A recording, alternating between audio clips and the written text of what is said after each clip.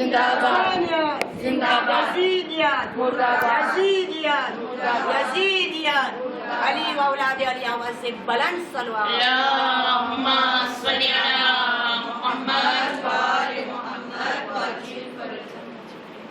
برائے خوشنودی امام زمان علیہ السلام کے لیے بلند سے بلند تر اللہم صلی علی محمد و آل محمد وعجل فرجهم.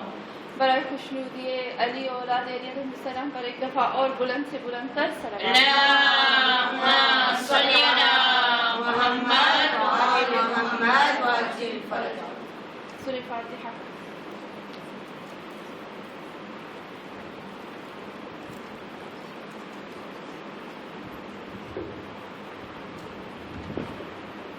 أعوذ بعزة الله الملك الحق المبين من شر في العالمين.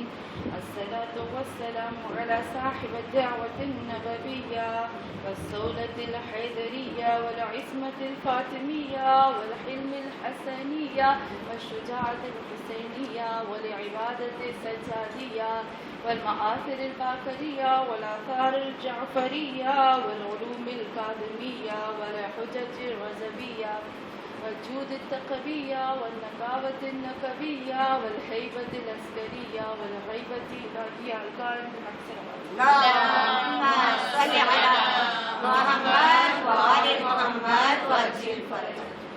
اللهم صل على فاطمة وأبيها وبعلها وبنيها وسر المستودع فيها بعدد ما أحاط به علمك. صلوات. اللهم صل على محمد وآل محمد وعجل فرجهم.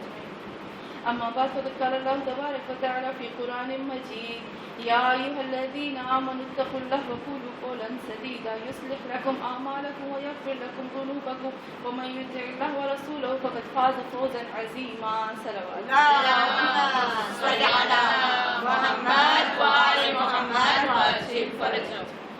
ہاں مومنات، ابھی جس آیت کی میں نے تلاوت کی سورہ احزاب کی آیت نمبر 71 گجراتی میں سنتر کہتے ہیں نا، سنتر 71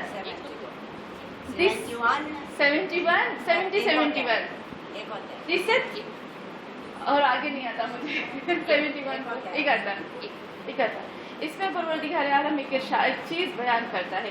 ہم ابھی وہ جو ہماری کوالٹیز چل رہی ہیں اولو الالباب کی، اس میں سے ایک آتی ہے. جیسے اس دن کل میں نے سورہ زمر کی آیت بیان کی تھی کہ اللہ کہتا ہے کہ وہ جو اولو الامر ہوتے ہیں وہ سنتے ہیں، لیکن آپ دیکھیں اس میں ایک آیت میں نے بیان کی تھی کہ اولو الامر کی کوالٹیز میں سے یہ ہے کہ وہ سنتے ہیں لیکن فوراً بولتے نہیں ہیں. کیا کرتے ہیں؟ اچھی چیز کو لے کر اس پر عمل کرتے ہیں. اور ابھی یہاں پر ایک بات آتی ہے کہ جو اولو الامر ہم کہتے ہیں عقل مند، سب سے زیادہ عقل مند کی نشانیوں میں سے ایک نشانی یہ ہے کہ جس طرح سے خداوند عالم سورہ احزاب میں ارشاد فرماتا ہے، کیا کہتا ہے؟ یا ایھا الذین آمنو، اے وہ لوگوں جو ایمان لائے ہو، کیا کرو؟ قولو قولا سدیدا. سمجھ گئے ہوں گے نا آپ؟ سنا، عمل کیا، اب بولنے کی باری آ رہی ہے. قولو قولا سدیدا. جب تم بات کرو، ابھی میں دیکھتی ہوں کہ قرآن ہے نا وہ ہمیں ہر چیز سکھاتا ہے. ان میں سے ہمیں ایک اور چیز بھی اللہ سکھاتا ہے. وہ کیا ہے؟ وہ بتاتا ہے کہ تمہیں اپنی زبان کو کہاں، کس وقت، کس کے لیے اور کس جگہ پر استعمال کرنا ہے. اور اگر تم بات کرنا چاہتے ہو تو ایک ہمیں بات کرنے کا طریقہ سکھاتا ہے. جب تم بات کرتے ہو نا، قولو قولا سدیدا. سدید کی میننگ کیا ہے؟ ابھی میں انشاءاللہ اس پہ آؤں گی. اور پھر دوسری آگے والی بات میں کہتا ہے کہ یعنی اس کا مفہوم یہ، اے ایمان والے، اے مومن، اگر تم نے قولو قولا سدیدا یعنی اس طرح سے سدید بات کی ہے تو یاد رکھو، اگر تم نے اس طرح سے بات کی، ہم سب مسلمانوں کا، ہم کہیں گے ہم شیعوں کا، ہم اہل بیت کے ماننے والوں کا ایک مقصد ہے. وہ کیا مقصد ہے؟ وہ یہ مقصد ہے کہ ہم محمد اور آل محمد کو راضی کر سکے, اپنے خدا کو راضی کر سکے. ہمارا یہ مقصد ہے. اور یہ جو مجلس ہے یہ سب کس کے لیے؟ اس کے لیے کہ ہم اپنے آپ کو ٹھیک کر سکیں. مجھے کس طرح سے زندگی گزارنا ہے وہ قرآن ہمیں طریقہ بتاتا ہے. ابھی کہتا ہے اگر تم نے قولوا قولا سدیدا, اگر تم نے سدید طریقے سے بات کی تو یاد رکھنا کیا کہ میں کیا کروں گا, یصلح لکم, میں اصلاح کر دوں گا اعمالکم, تمہارے جتنے اعمال ہیں نا, جتنے اعمال ہیں میں ان کی اصلاح کر دوں گا. اصلاح مینس میں تمہارے اعمال کو اپنی رضا کے مطابق رکھ دوں گا. یصلح لکم اعمالکم, تمام تمہارے اعمال میری رضا کے مطابق ہو جائیں گے. اور پھر آگے پروردگار عالم ارشاد فرماتا ہے وَيَغْفِرْ لَكُمْ ذُنُوبَكُمْ, اور تمہارے گناہوں کو معاف کر دوں گا. اور پھر آگے کیا کہتا ہے وَمَن يُطِعِ اللَّهَ وَرَسُولَهُ فَقَدْ فَازَ فَوْزًا عَظِيمًا, اور جس نے بھی پیروی کی محمد اور آل محمد کی, کیا کہتا ہے کہ اس کے لیے کیا ہے وَمَن يُطِعِ اللَّهَ وَرَسُولَهُ, جس نے اللہ اور اس کے رسول کی پیروی کی فَقَدْ فَازَ فَوْزًا عَظِيمًا, وہی انسان جو ہے وہ سب سے بڑا کامیاب. ہم کہتے ہیں کامیاب کون ہے جو سب سے زیادہ کامیاب ہے, تو اللہ کہتے ہیں وہی کامیاب ہے جو محمد اور آل محمد اور اللہ کی پیروی کرتا ہے. سورہ آل عمران کی وہ آیت کتنی مشہور ہے, آپ لوگوں نے بہت قرآن میں پڑھی ہوگی نا, ان کنتم تحبون اللہ فاتبعونی یغفر لکم ذنوبکم, اگر تم چاہتے ہو کہ تم محبت کرو اللہ سے, اللہ تم سے محبت کرے, تو تم سب سے پہلے کیا کام کرو, میرے نبی کی پیروی کرو.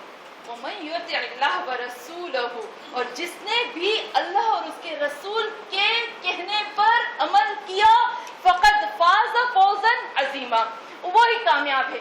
اب اللہ اور اس کا رسول کیا کہتا ہے, اللہ اور اس کا رسول کہتا ہے کہ اے انسان, میں نے تیری باڈی کے اندر, جیسے رسول خدا نے دو چیزوں کی طرف زیادہ ہماری توجہ دلائی, اور ہم لوگ جو کہتے ہیں نا ہم شیعہ ہیں, شیعہ نے حیدر کرار میں یہ دو چیزیں سب سے زیادہ ضعیف ہیں.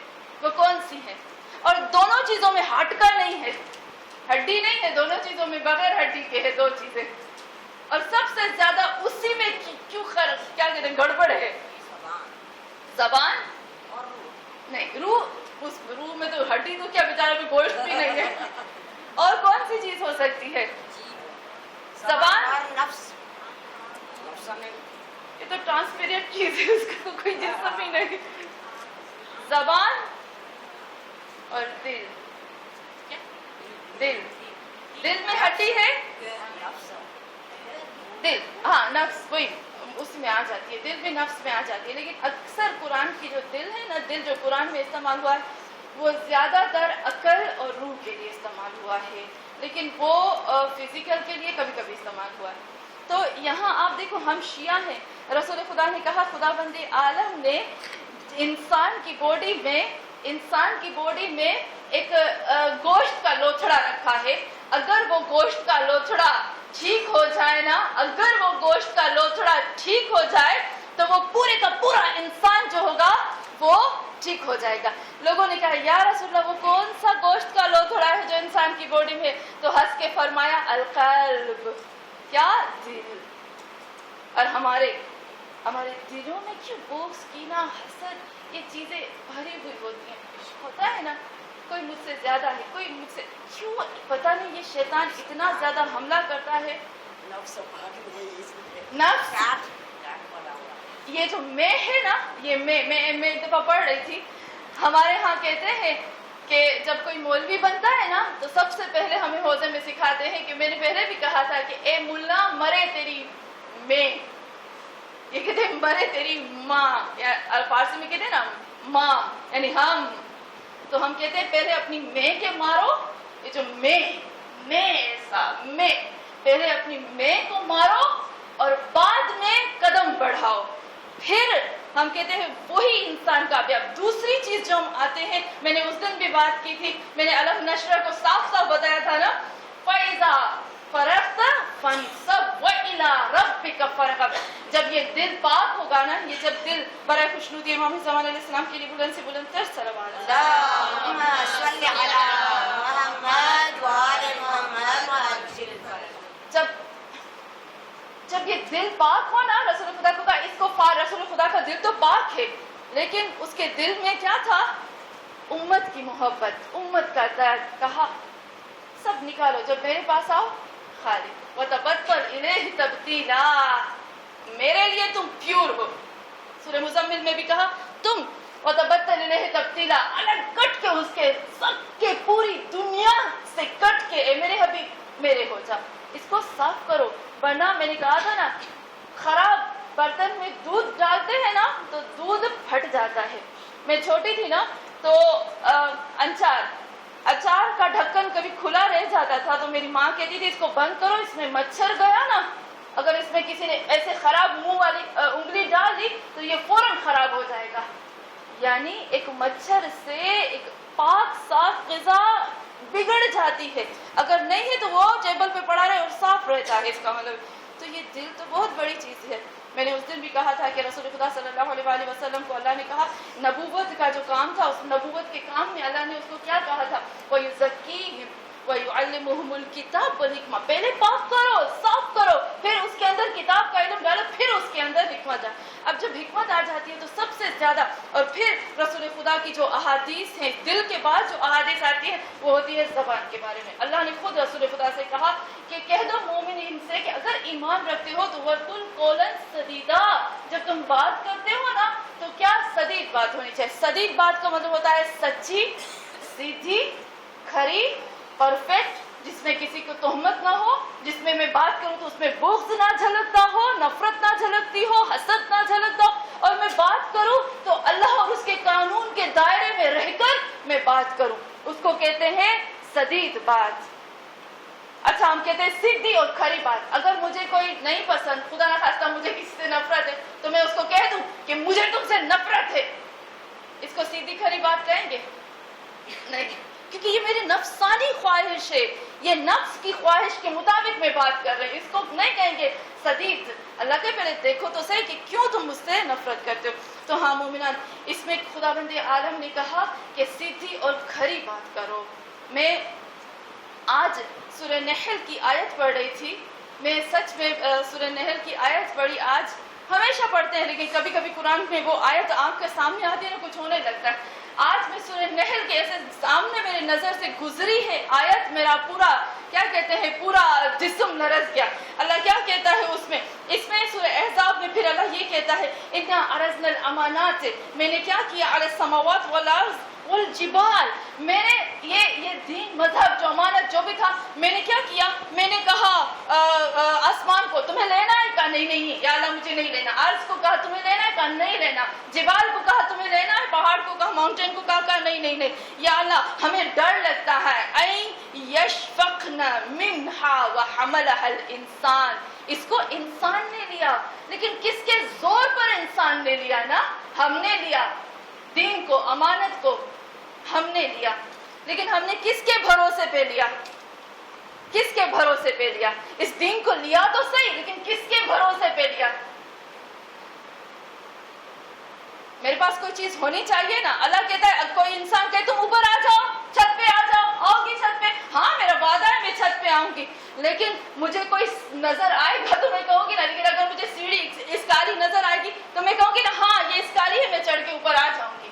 تو کوئی بھروسہ تو ہوگا نا جس کے اوپر ہم نے ٹیک لگا کر. اور انسان نے کہا، خدا کہتا ہے وَحَمَلَهَا الْإِنسَانُ، بغیر اس کے کہ انسان کہے اَن يَشْفَقْنَا، کہ میں ڈرتا ہوں، مجھے خوف ہے، اللہ مجھے یہ ہوگا پھر بھی میں تیرے دین کو لے رہا ہوں. کچھ بھی نہیں. انسان کو کہا لینا ہے، کہاں لینا ہے، بسم اللہ الرحمن الرحیم، لیکن بھروسے پہ. اور وہ بھروسہ ہے ثقلین کا بھروسہ. ابھی ہمارے امام پردہ غیب ہیں لیکن ہمارے پاس قرآن موجود ہے. تو ہاں مومنات، اللہ نے کہا یہ لے لیا.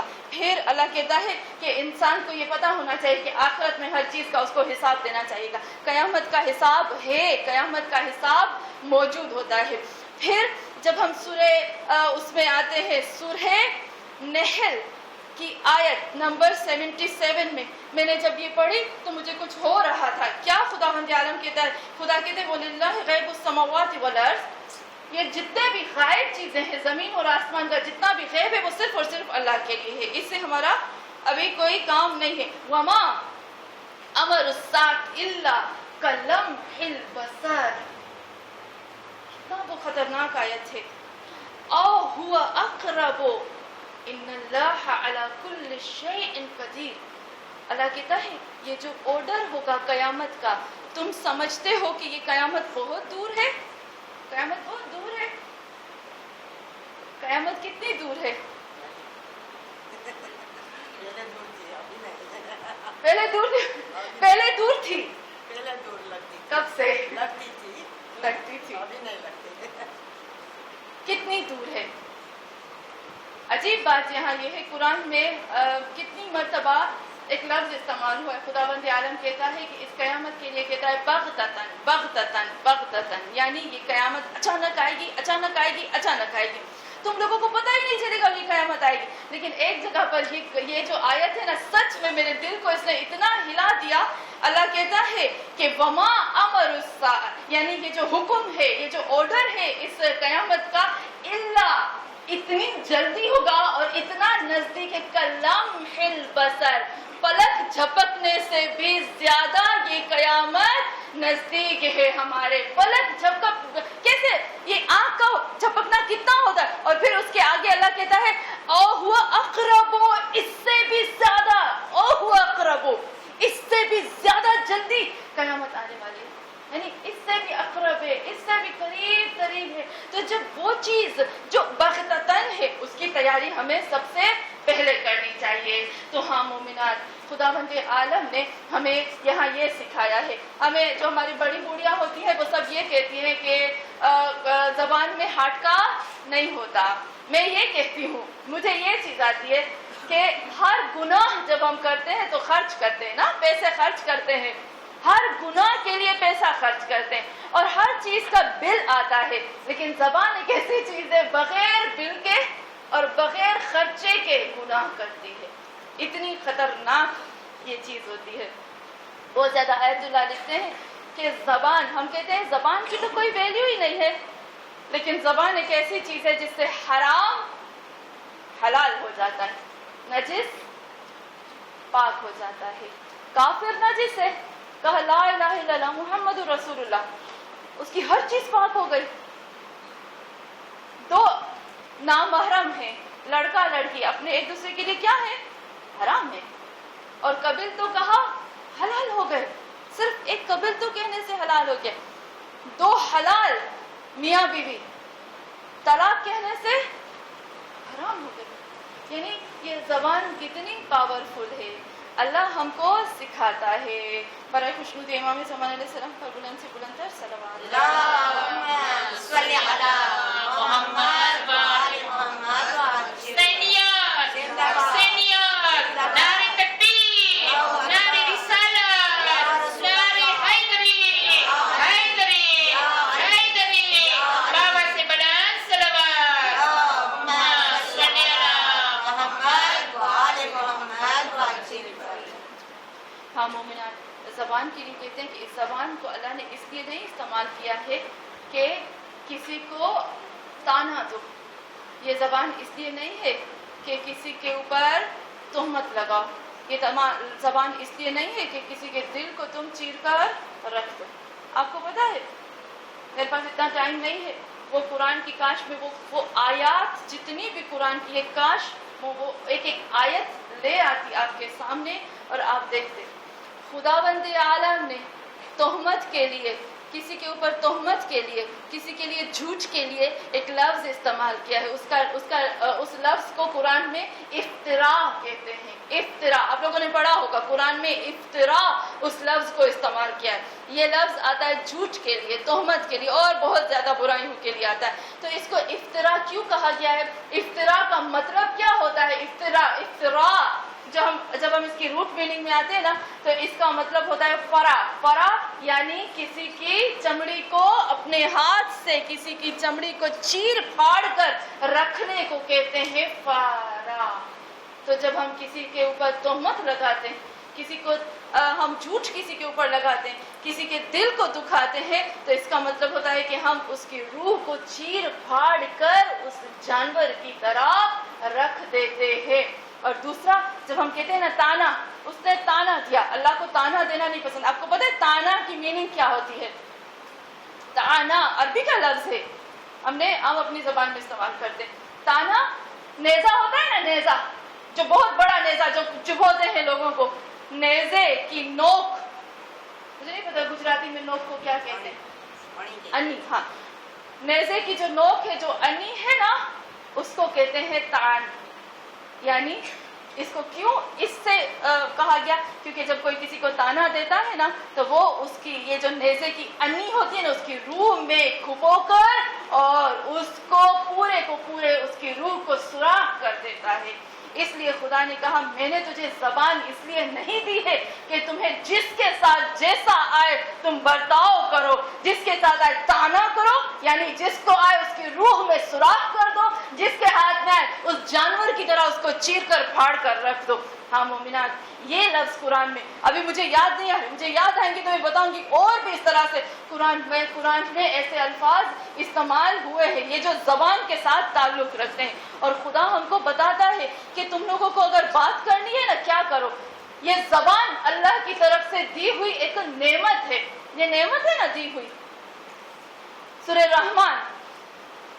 رحمان, الرحمن علم القرآن, پھر خلق الانسان, پھر علمہ البیان. الرحمن, سب سے پہلے اللہ نے.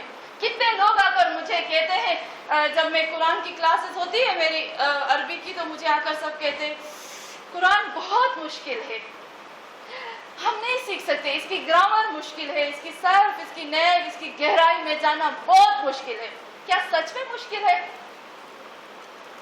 ایک دفعہ قرآن کہتا ہے کہ وَلَقَدْ يَسَّرْنَاهُ بِلِسَانِكَ.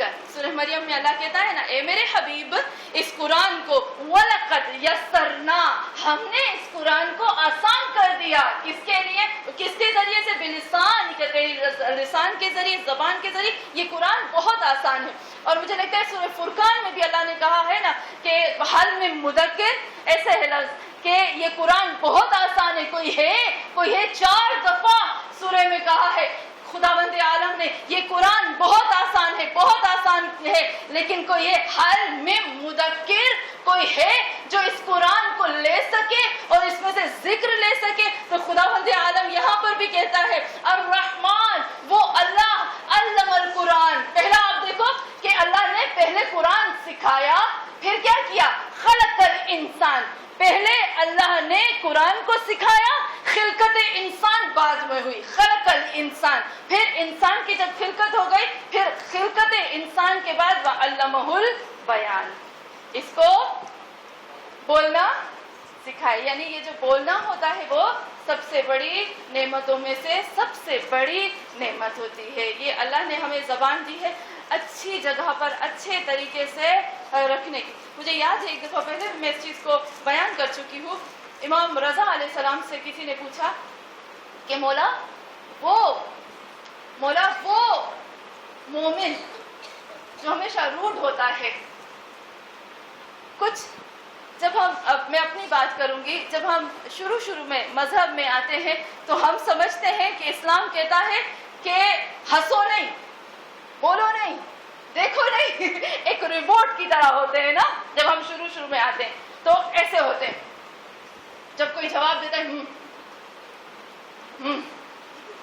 ابھی ہنسی بھی آئی ہے تو اس کو پکڑیں گے, زور نکالیں گے نہیں, ہم لوگ یہ سمجھتے. تو مولا سے کسی نے پوچھا کہ مولا آپ بتاؤ کہ وہ مومن, اس مومن کی ویلیو زیادہ ہے جو ہمیشہ روڈ ہوتا ہے اور بہت کم ہنستا ہے, وہ اللہ کی نظر میں زیادہ بہتر ہے, یا وہ کافر جو ہمیشہ مسکراتا ہے, ہنستا ہے؟ تو امام رضا علیہ السلام کی حدیث ہے, میرے مولا فرماتے ہیں کہ اس مومن سے جو ہمیشہ جس کی آئیبروز اوپر ہوتی ہے, اس مومن سے زیادہ اللہ اس کافر سے محبت کرتا ہے جو ہمیشہ لوگوں کے ساتھ ہنستے ہوئے چہرے کے ساتھ ملتا ہے. بی بی فاطمہ الزہرا بھی فرماتی ہے نا کہ المومن, مومن کی نشانیوں میں سے کیا ہے, حزنہ فی قلبہ. کیا کہتے ہیں, اس کا حزن جو ہے وہ اس کے دل میں ہوتا ہے, لیکن ہمیشہ اس کے لبوں پر تبسم ہوتا ہے, اس کو کہتے ہیں مومن. تو ہاں مومنات, یہ جو ہم کہتے ہیں نا کہ ہمیشہ مسکرانا چاہیے, یہ ہنسنا اللہ کی, میں اس دن بھی کہہ رہی تھی, ہم ہنستے ہیں نا, یہ اللہ کی نعمتوں میں سے ایک نعمت ہے. یہ جو اللہ نے وَأَضْحَكَ وَأَبْكَى, میں ہنساتا ہوں, یہ ہنسی میری طرف سے ہے. ہاں البتہ کہ نامحرم کے سامنے اتنا نہیں. میں نے کہا حلال جگہ پر ہنسنا چاہیے. بی بی فاطمہ الزہرا کے بارے میں جب فزیکل ہم بی بی کی بات کر رہے ہیں نا، احادیث میں جب فزیکل طریقے سے ہم بی بی کی بات کرتے ہیں تو بی بی کے چہرے کو کہتے ہیں کہ اس طرح سے کھلا کھلا ہوتا تھا کہ ہمیشہ ان کے لبوں پر مسکراہٹ ہوتی تھی. حدیث میں ہے نا،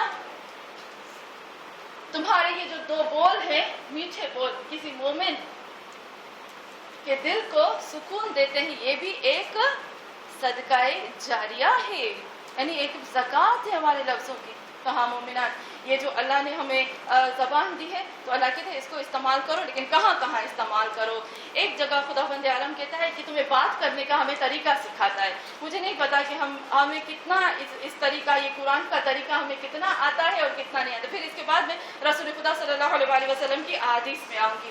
ایک دفعہ خداوند عالم قرآن میں کہتا ہے، سورہ نساء میں اللہ کہتا ہے کہ تمہیں بات کرنی ہے نا تو کس طرح سے کرو.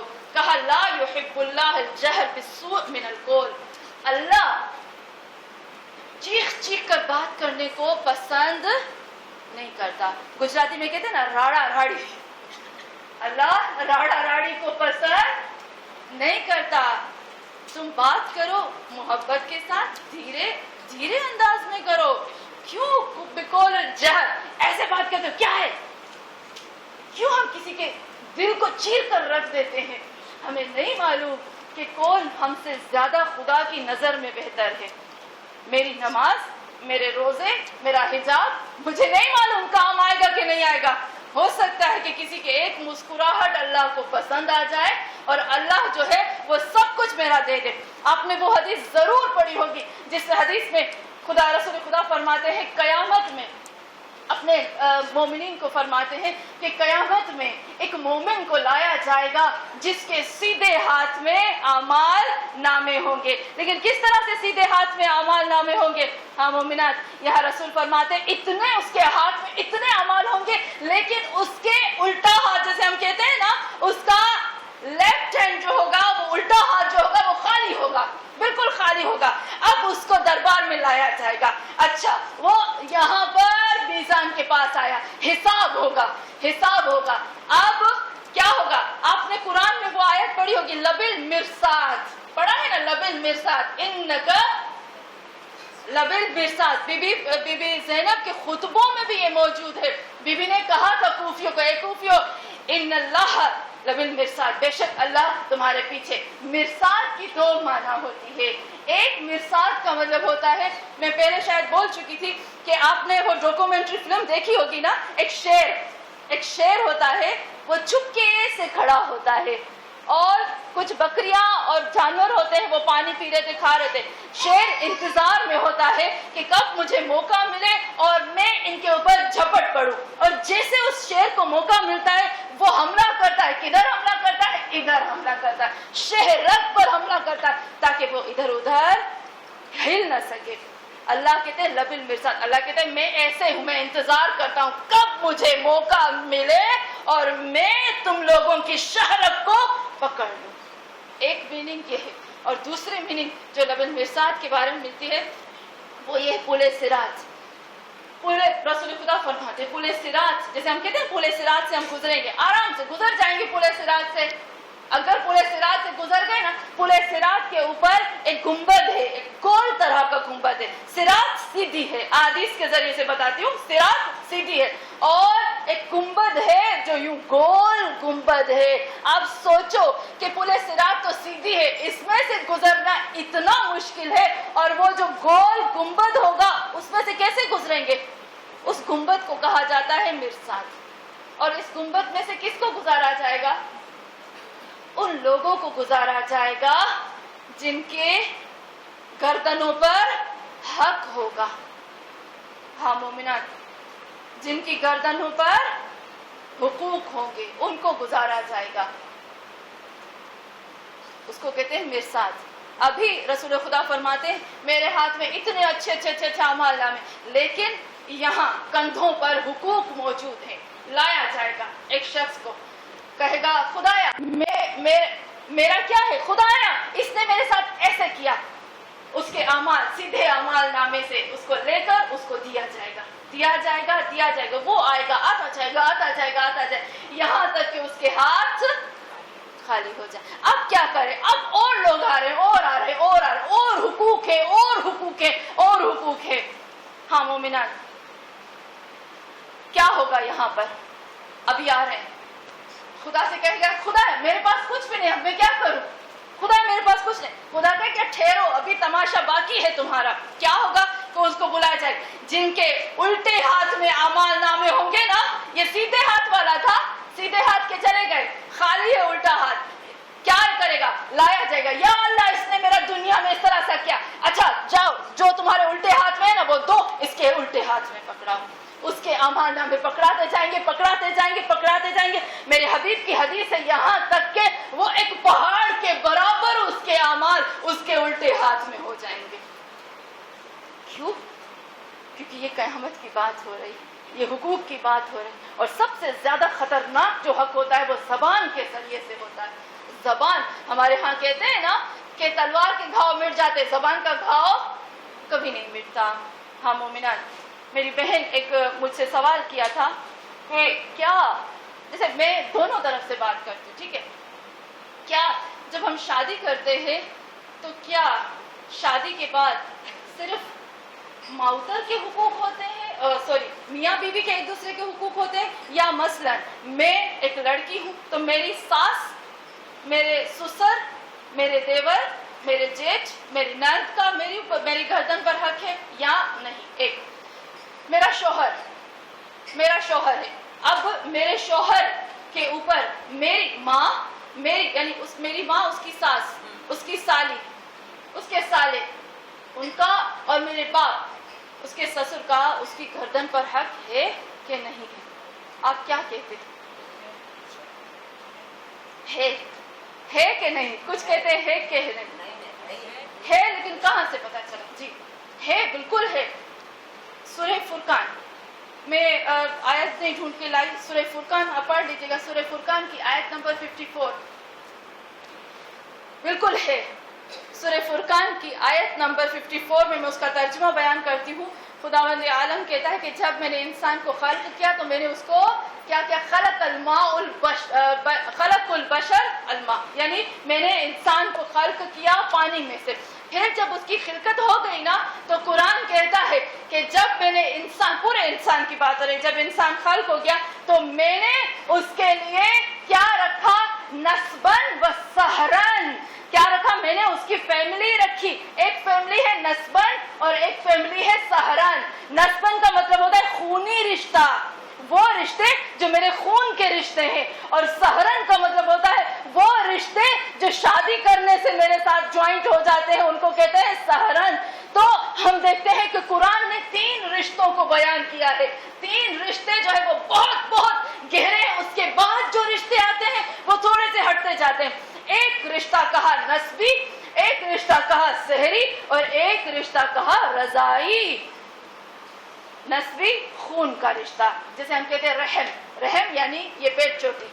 رحم صلہ رحمی یعنی پیٹ چوٹی سے نکلی ہوئی جتنے بھی ہمارے آ جاتے ہیں. سہرن جو میرے شوہر کی طرف سے آتے ہیں. اور رضائین اگر یہ دودھ پلانے سے جو محرم یا یہ ہو جاتے ہیں. تو ہاں مومنات، یہاں خدا کہتا ہے کہ سب کے لیے میں نے حقوق رکھے. تمہیں ماں کے ساتھ بھی، میرے شوہر کو بھی اللہ نے یہ کہا ہے جیسے تجھے اپنی ماں کے ساتھ بات کرنی ہے ویسے تجھے میری ماں کے ساتھ بات کرنی ہے. اور مجھے بھی اللہ نے کہا ہے کہ جیسے میں اپنی ماں کے ساتھ بات کرتی ہوں میں اپنی ساس کے ساتھ بھی ویسے بات کروں. یہ میں نہیں کہتی، یہ قرآن کہتا ہے، یہ میرے حبیب کہتا ہے. یہ ایک قانون ہے جو زبانی، جو ہمارے گردن پہ حق ہے. ہاں مومنات، پھر خداوند عالم آگے کہتا ہے کہ جو پھر کہتا ہے سورہ لقمان آیت نمبر 19 میں خداوند عالم کہتا ہے وَغْضُضْ صَوْتَكُمْ. پھر وہی بات آتی ہے کہ جب تم بات کرتے ہو تو اپنی بات کو تھوڑا سا دھیرے دھیرے بولو. ایسا نہیں ہے کہ وہی میں ابھی پھر سے کہوں گی کہ راڑا راڑی نہ کرو. میں نے دروازہ کھولا، گیٹ کا، اپنے گھر کا دروازہ کھولا اور زور زور سے بولتی ہوں گارڈین کو، اے گارڈین کہاں ہو؟ میں اس کو زور زور سے بلاتی ہوں. ہاں وہ کیا کہے گا؟ میڈم آتا ہوں. لیکن اللہ اللہ کو یہ بات پسند نہیں کہ زور سے چیخ کر اور بد اخلاقی کے ساتھ مت بولو. اور پھر خداوند عالم اگلی جگہ پر کہتا ہے کہ اگر تمہیں بات کہ مجھے یہ آیت بہت اچھی لگتی ہے, سورہ بقرہ کی آیت ہے, سورہ بقرہ آیت نمبر 263 میں اللہ کیا فرماتا ہے, یہ مجھے بہت بہت اچھی لگتی ہے بات, اتنی خوبصورت ہے. میں وہی کہتی ہوں نا, میرے پاس ٹائم نہیں, اب پوری آیتیں پڑھ لیجیے گا. اللہ اتنا خوبصورت فرماتا ہے, کہتا ہے کہ وقول معروف ومغفرۃ, اچھی بات. اگر آپ کے پاس کوئی شخص آتا ہے, میرے پاس کوئی آتا ہے, مجھے کہتا ہے کہ مجھے فلانی چیز دے دو, مجھے میری اس طرح سے مدد کرو, تو میں اس کی مدد کرتی ہوں. میں نے اس کو فار ایگزامپل مثال دیتی ہوں, میں نے اس کو $10,000 دیے. اب میں کیا کروں گی, قرآن کی آیت ہے, اللہ کہتا ہے اپنے صدقات کو تانے مار کر ضائع مت کرو. میں سب کو بتاؤں گی میں نے تو اس کی مدد کی ہے, یہ تو ورنہ بھوکا مرتا, میں نے اس کے لیے کیا, میں تو ایسے کرتی ہوں. اللہ کہتا ہے اس سے بہتر ہے کہ یہ ساری چیز پکڑ کے تیرے منہ پہ ماروں, جو تو نے دیا ہے نا یہ تیرے اپنے پاس رکھو. لیکن اللہ کہتا ہے کہ پھر یہاں پر سورہ بقرہ میں اللہ کہتا ہے وَقَوْلٌ مَعْرُوفٌ وَمَغْفِرَةٌ خَيْرٌ مِّن صَدْقَةٍ يَتَّبِعُهَا أَذًى. اللہ کہتا ہے کہ اگر تم نہیں مدد کر سکتے ہو, لیکن تم مدد نہیں کر سکتے ہو, لیکن تم میٹھے بول سکتے ہو, تو یہ بہتر ہے اس صدقے سے, اس خیر سے, اس نیکی سے, اس کام سے بہتر ہے جو تم اس کے لیے کر کے اور پھر لوگوں کو بتاؤ اور اس کو بتاؤ اور اس کو تانے دو اور اس کی روح کو زخمی کر دو. اس سے بہتر یہ ہے کہ تم نہ دو اور بہتر بولو. یعنی یہاں اللہ ہمیں بتا رہا ہے کہ تمہیں بولنا کیسے چاہیے.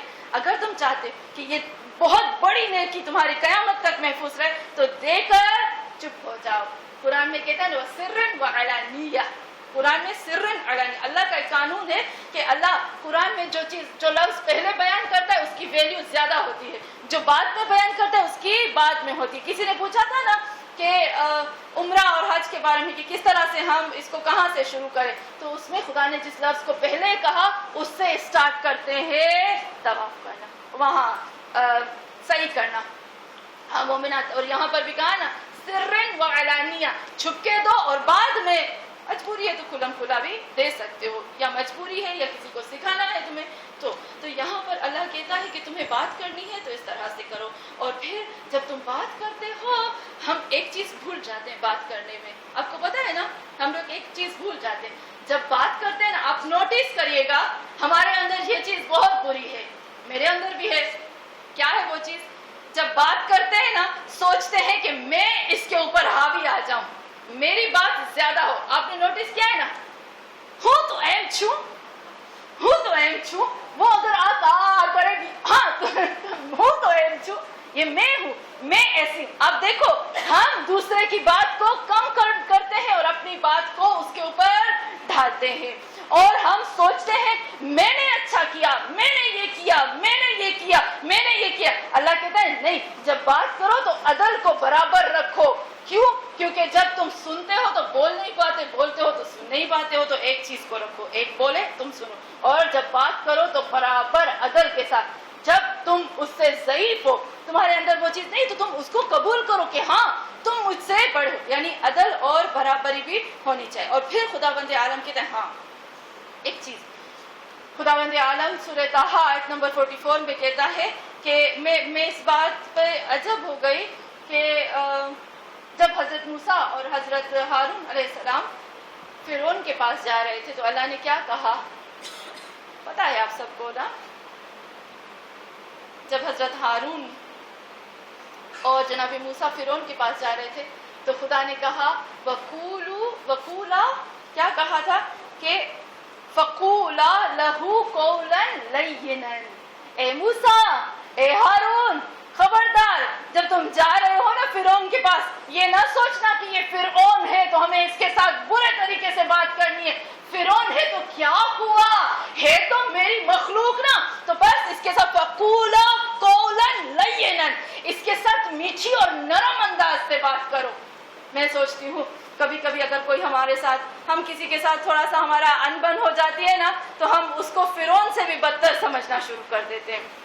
ہم کبھی ہماری کسی کے ساتھ جھگڑا، نارمل انسان ہے ہم لوگ، کبھی کسی کے ساتھ جھگڑا ہو جائے نا تو ہم ایسے منہ بگاڑ کر دیکھتے ہیں، ایسا جواب دیتے ہیں کہ یہ ایک شیعہ ہونے کا ثبوت نہیں دیتا۔ امام جعفر صادق علیہ السلام ایک دفعہ نماز پڑھ رہے تھے، ایک شخص مصلی سو رہا تھا۔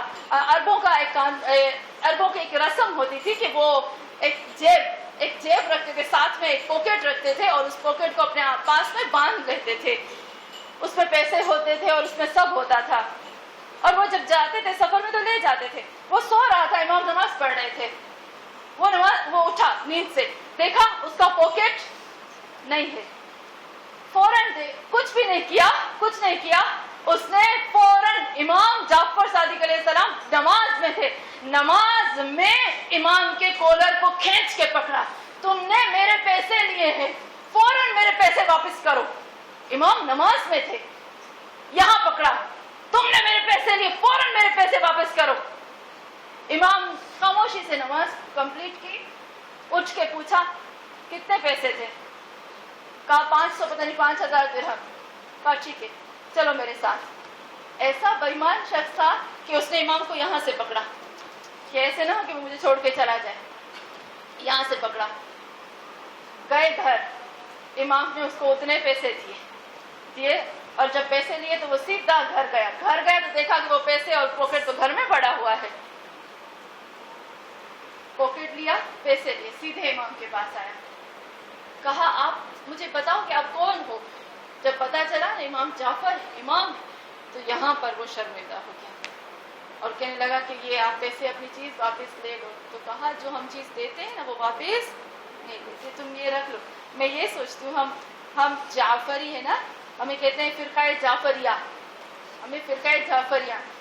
اور امام جعفر صادق علیہ السلام اس طرح سے کرتے، کیا ہمارے اندر اس طرح سے ہے؟ ہم کریں گے؟ اگر کوئی میرا کولر پکڑے نماز میں تو میں نماز توڑ دوں گی، اور کیا ہاتھا پائی شروع ہو جائے گی۔ یہ ہے ہم جعفریہ۔ تو مومنات، یہاں پر میرے مولا فرماتے ہیں کہ تم جب بولو تو میٹھے طریقے سے، اچھے طریقے سے بولو، اور حتیٰ کہ تم پر کوئی تہمت لگا دے تو بھی تم اچھے سے اس کو جواب دو۔ نعرہ تکبیر، نعرہ رسالت، نعرہ حیدری، حیدری، حیدری، علی و اولاد علی، آواز بلند صلوات۔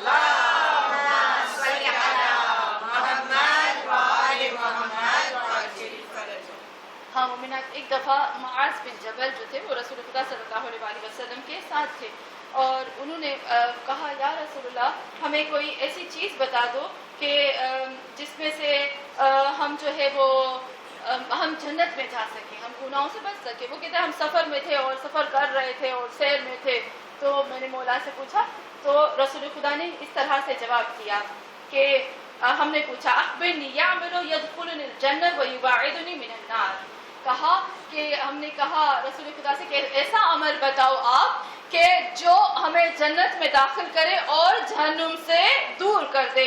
تو یہاں پر وہ فرماتے ہیں کہ فَأَخْبِرْهُ إِلَيَّ أَنْ قَالَ أَلَا أَخْبِرْكُمْ بِمِلَاكِ اللَّهِ كُلِّهِ۔ یہاں رسول خدا کہتے ہیں تم لوگوں میں سے کون راضی ہے کہ جس کو میں اس پورے کے پورے کا پورے جتنی بھی ملاک، یعنی ہم کہتے ہیں چابی ہے، میں وہ بتاؤں؟ تو سب نے کہا ہاں یا رسول اللہ، یہ تو بہت اچھا ہے کہ پوری کی پورا اگر ہمیں وہ ملاک مل جائے۔ تو کہا کہ کہتے ہیں کہ کف علیک ھذا، کف 3 دفعہ کہا، نہیں رسول خدا نے نام نہیں لیا، کف علیک ھذا، پکڑ کے بتایا، کف علیک، ایسے کہا، پھر کہا کف علیک، پھر کہا کف علیک، ایسے 3 دفعہ رسول خدا صلی اللہ علیہ وآلہ وسلم نے ریپیٹ کیا، نام نہیں لیا، پکڑ کے بتایا، کہا کہ ہاں پکڑ کے بتایا، کف علیک ھذا، اس کو بند رکھو، اس کو پکڑ کے رکھو، اس کی حفاظت کرو۔ کتنا خوبصورت طریقے سے کہا۔ تو معاذ کہتا ہے کہ میں عجب ہو گیا، اور میں نے رسول خدا صلی اللہ علیہ وآلہ وسلم سے کہا کہ ان لما خزن بها تتکلم بھی، جس سے ہم بات کرتے ہیں ہو سکتا ہے کہ یہ ہمیں جہنم میں لے جائے اور یہ ہمیں جنت میں لے جائے۔ تو اس وقت رسول خدا نے کہا اے معاذ